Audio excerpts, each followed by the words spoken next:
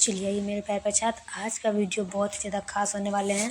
और आज की इस वीडियो में हम बात कर लेते हैं फिजिक्स का। फिजिक्स न्यू प्रश्न का बात करेंगे जो चैप्टर नंबर 9 में है।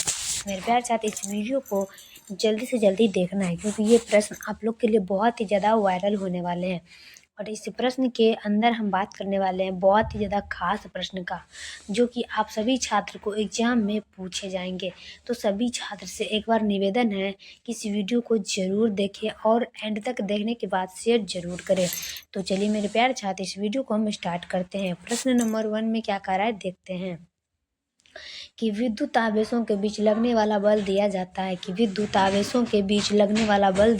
है एक का देखेंगे और एक में आपका आंसर होगा कूलॉम के नियम।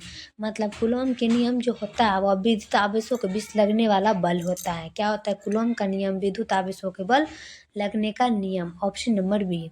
चलिए नेक्स्ट की बात करते हैं। तो नेक्स्ट आता है आपका दूसरा में कहता है कि कांच की छड़ को सिल्क से रगड़ने पर कैसा आवेश उत्पन्न होता है। कांच की छड़ को सिल्क से रगड़ने पर कैसा आवेश उत्पन्न होता है।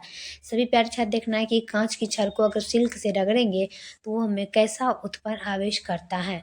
तो 2 में कह रहा है कि धन विद्युत आवेश। मतलब कांच की सिल्क को जो रगड़ेंगे तो हमको जो है ना वो धन विद्युत आवेश उत्पन्न करता है। Option number A. चलिए अगला देखेंगे तीसरा में कहता है कि निम्न में कौन सा विद्युत क्षेत्र का ऐसा ही मात्रक नहीं है। कि निम्न में कौन सा विद्युत क्षेत्र का मात्रक ऐसा ही नहीं है। तो Vm-L, मतलब Vm-L जो है वह विद्युत क्षेत्र का ऐसा ही मात्रक नहीं है। Vm-1। ऑप्शन नंबर सी लगाएंगे हम, Vm-1। चलिए अगला देखेंगे हम 4 में कहता है कि कांच की छड़ को सिल्क से रगड़ने पर कैसा उत्पन्न होता है। धन आवेश। 4 में भी वही कह रहा है, मतलब जो 2 में बताए थे वही इसमें भी है। इसका भी आंसर वही होगा, धन विद्युत आवेश। चलिए 5 में देखते हैं कि आबनूस की छड़ को बिल्ली की खाल से रगड़ने पर कैसा आवेश उत्पन्न होता है। आबनूस की छड़ को बिल्ली की खाल से रगड़ने पर कैसा आवेश उत्पन्न करता है। 5 का देखेंगे ऋण विद्युत आवेश। मतलब आबनूस की छड़ जो होता है वो बिल्ली के खाल से रगड़ते हैं और उसको रगड़ने से कैसा आवेश उत्पन्न होता है। तो ऋण आवेश उत्पन्न होता है। Option number B. चलिए अगला देखेंगे हम 6 में कहता है कि आवेश का ऐसा ही मात्रक क्या होता है। आवेश का ऐसा ही मात्रक होता है कूलम्ब। क्या होता है? कूलम्ब। ऑप्शन नंबर सी लगाएंगे, आवेश का ऐसा ही मात्रक होता है कूलम्ब। चलिए अगला देखेंगे 7 में कि एक कूलम्ब आवेश कितने इलेक्ट्रॉनों के आवेश के योग के बराबर होते हैं। एक कूलम्ब आवेश कितने इलेक्ट्रॉनों के आवेश योग के बराबर होते हैं। 7 का देखेंगे 6.25 गुना 10-18 electron. 6.25 Guna 10-18 electron. Option number A लगाएंगे। चलिए अगला देखेंगे हम 8 में कहता है कि इलेक्ट्रॉन पर कितना आवेश होता है। 8 का देखेंगे इलेक्ट्रॉन पर कितना आवेश होता है। तो 1.6 गुना 10-19 सी। 1.6 गुना 10-19 सी। ऑप्शन नंबर सी लगाएंगे। चलिए अगला देखेंगे हम 9 में कहता है कि विद्युत विभव का ऐसा ही मात्रक क्या होता है। विद्युत विभव का ऐसा ही मात्रक। तो विद्युत विभव का ऐसा ही मात्रक क्या होता है? जूल बटे कूलम्ब। क्या होता है? जूल बटे कूलम्ब। याद रखेंगे कि विद्युत विभव का ऐसा ही मात्रक होता है जूल बटे कूलम्ब। Option number A. चलिए अगला देखेंगे हम 10 में कहता है कि विद्युत द्विध्रुव आघूर्ण का ऐसा ही मात्रक होता है। कि विद्युत द्विध्रुव आघूर्ण का ऐसा ही मात्रक होता है। 10 का देखेंगे और 10 में आपका आंसर होगा कूलम्ब माइनस मीटर। क्या होगा? Coulomb minus metre. Option number C लगाएंगे हम, कूलम्ब माइनस मीटर।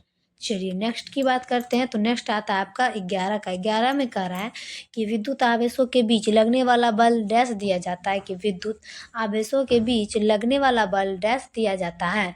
तो कूलॉम के नियम, यानी कि कूलॉम के नियम जो होता है वह विद्युत आवेशों के बीच बल को डैश दिया जाता है। ऑप्शन नंबर बी, कूलॉम के नियम।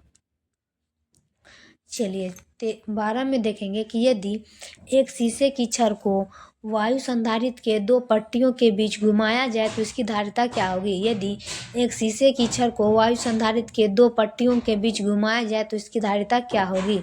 12 का आंसर होगा बढ़ेगी। क्या होगा? बढ़ेगी। ऑप्शन नंबर ए लगाएंगे हम, बढ़ेगी। चलिए अगला देखेंगे हम 13 का। 13 में कहता है कि यदि दो आवेशों के बीच की दूरी दोगुनी कर दी जाए तो उनके बीच लगने वाला बल डैश हो जाता है। यदि दो आवेशों के बीच की दूरी दोगुनी कर दी जाए तो उनके बीच लगने वाला बल डैश हो जाता है। तो ये आपका हो जाएगा 1/4 गुना। क्या होगा? 1/4 गुना। ऑप्शन नंबर सी लगाएंगे हम, 1/4 गुना। चलिए अगला देखेंगे 14 का कि धातुओं का परावैद्युतांक डैश होता है। धातुओं का परावैद्युतांक डैश होता है, अनंत होता है। क्या होता है? अनंत। धातुओं का परावैद्युतांक क्या होता है? अनंत। Option number D. चलिए 15 का कि विद्युत क्षेत्र की तीव्रता का सही मात्रक क्या होता है? विद्युत क्षेत्र की तीव्रता का सही मात्रक क्या होता है? 15 का आंसर होगा N/C। क्या होगा? N/C। ऑप्शन नंबर ए लगाएंगे हम, N/C। चलिए अगला देख लेंगे हम 16 का। 16 में कहता है कि निम्नलिखित में कौन सदिश राशि है? निम्नलिखित में कौन सदिश राशि है? 16 का देखेंगे, निम्नलिखित में कौन सदिश राशि है? तो विद्युत क्षेत्र की तीव्रता। क्या होगा? विद्युत क्षेत्र की तीव्रता जो है सदिश राशि है। Option number B. चलिए अगला देखेंगे हम 17 का। 17 में कह रहा है कि किसी संधारित्र की धारिता का मात्रक क्या होता है? किसी संधारित्र की धारिता का मात्रक क्या होता है? 17 का हो जाएगा फेराड। क्या होगा? फेराड। प्रश्न कह रहा है कि किसी संधारित्र की धारिता का मात्रक होता है फेराड। ऑप्शन नंबर सी लगाएंगे हम, फेराड। चलिए अगला देखेंगे हम 18 का। 18 में कहता है कि परावैद्युत सामर्थ्य का सही मात्रक क्या होता है? परावैद्युत सामर्थ्य का सही मात्रक क्या होता है? वोल्ट प्रति मीटर। क्या होता है? वोल्ट प्रति मीटर। ऑप्शन नंबर सी लगाएंगे हम, वोल्ट प्रति मीटर।